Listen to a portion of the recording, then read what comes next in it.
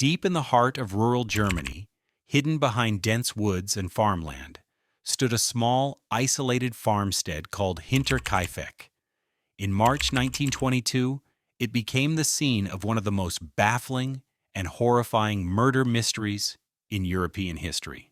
A family of 6, brutally slaughtered, no witnesses, no confessions, no justice, even a century later. Welcome to Quit Evidence. Today we dive into the chilling true crime story of the Hinterkaifeck murders. A case so disturbing, it haunted even the police who investigated it. Hinterkaifeck was located about 70 kilometers north of Munich, near the town of Gruber. The farm was remote, no close neighbors, no easy access. Living there were Andreas Gruber, age 63, and his wife Cecilia, age 72. Their widowed daughter, Victoria, age 35. Victoria's 2 children, 7-year-old Cecilia and 2-year-old Joseph. And finally, their new maid, Maria Baumgartner.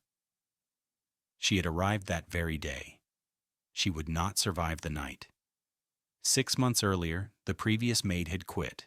She claimed the house was haunted. She had heard footsteps in the attic. When she checked, no one was there.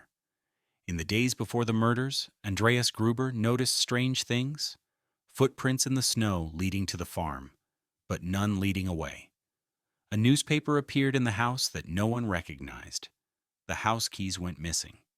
Despite these warning signs, Andreas told no one, not even the police. Maybe he thought it was nothing. Maybe he was afraid.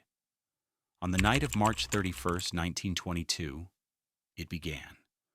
One by one, the family members were lured into the barn. First Andreas, then his wife Cecilia, then Victoria, and finally little Cecilia. They were each struck down with a mattock, a tool similar to a pickaxe. Young Cecilia's body showed she had torn clumps of her own hair out before dying, a sign of pure terror. Inside the house, the killer found the maid, Maria, and killed her in her room. Then, they murdered 2-year-old Joseph in his crib.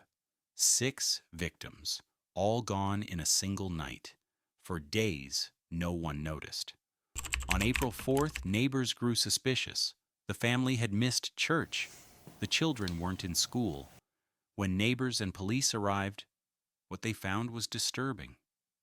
The bodies in the barn were covered with hay. Inside the house, everything seemed in order. Food had been eaten. The fireplace had been used. The livestock had been fed. The killer had stayed on the farm for days, living among the dead. Munich police took over the case. Over 100 suspects were questioned. No arrests were made. The victims' heads were removed during autopsy and sent to Munich for analysis. But during World War II, they were lost. Without the skulls, a proper burial was never possible. Rumors spread. A jealous lover, Victoria's rumored affair, a vengeful neighbor, or someone had been living in the attic all along. No one could prove anything. Some suspected Andreas himself. It was rumored he abused his daughter. Could the murders have been revenge? Others suspected Lorenz Schlittenbauer, Victoria's former lover, and possibly Joseph's father. He was one of the first to discover the bodies and acted strangely at the scene. Then there's the stranger theory that the killer was a transient hiding in the attic, waiting for the right moment. The unexplained footsteps in the snow still haunt this theory. More than 100 years have passed. The farm was demolished in 1923. Today, only a small memorial marks the site. The mystery remains unsolved. The killer's identity is lost to history. Who murdered the Gruber family? Why did they stay in the house after the killings? And how did they vanish without a trace? We may never know. This was Quit Evidence. If you found this story chilling, like, share, and subscribe. And tell us in the comments, who do you think committed this horrific crime? Until next time, stay curious and stay safe.